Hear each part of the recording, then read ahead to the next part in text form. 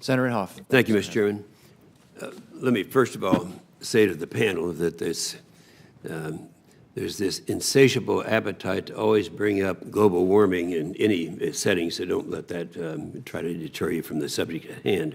Although I would say, Ms. Dunn, Kelley, a good response might have been, well, yes, everyone knows climate change is real. All scientific evidence, all scriptural evidence, all archaeological evidence says it's real. It's out there. The question is the world coming to an end because of man-made gases? And I say it's not.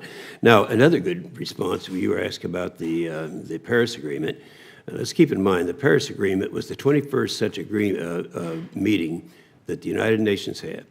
And our president, President Obama, made a commitment. He extracted commitments from everyone. For example, China said, fine, we'll continue to build an additional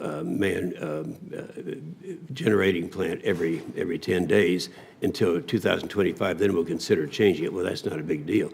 But what our president said is we'll reduce our CO2 emissions by between 26 and 28% by 2025. Which was impossible. In fact, we had the Obama EPA come in, and I asked them that question. I said, is this even possible to do? And they said, no, it wasn't. That might have been a good response, but I wouldn't have expected that. I think you handled it very well.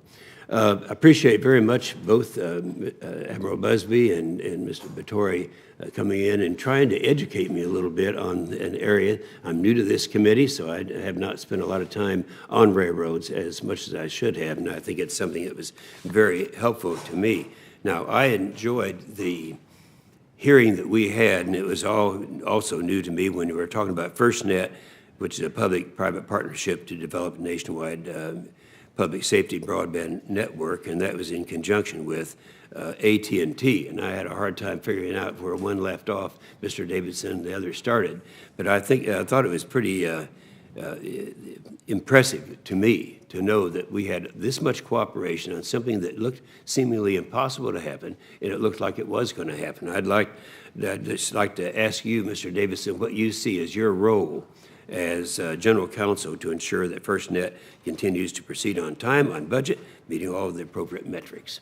Senator, thank you, and I share your views of the importance of FirstNet. So as my role as General Counsel, if confirmed, would be to ensure that the statute is followed to the letter and that it be allowed to be implemented in an as efficient manner as possible, as I think it is going to be a key network for first responders throughout all the states. So I'm very excited about that getting put into place and would like to facilitate that as quickly as it can be done. But your specific role will be just to make sure, Senator, that the statute is followed to the letter and that it can be, help facilitate the implementation as quickly as possible. Yeah, and then Mr. Batory, well, that's his role. Yours is to make sure, try to get it done, right?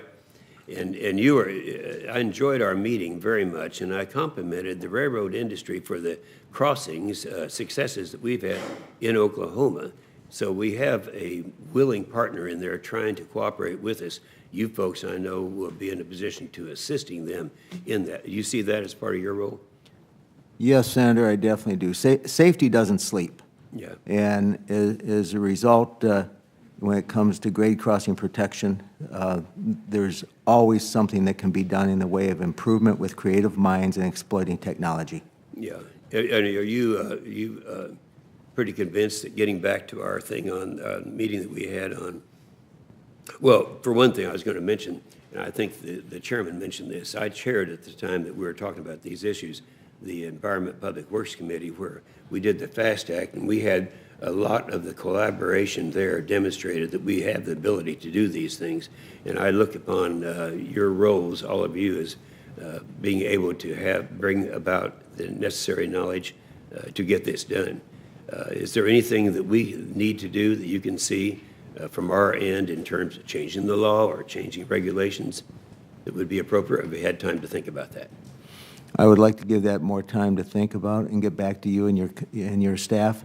But as I shared in my opening statement, if confirmed, okay, you and everybody on this committee has my dedicated service.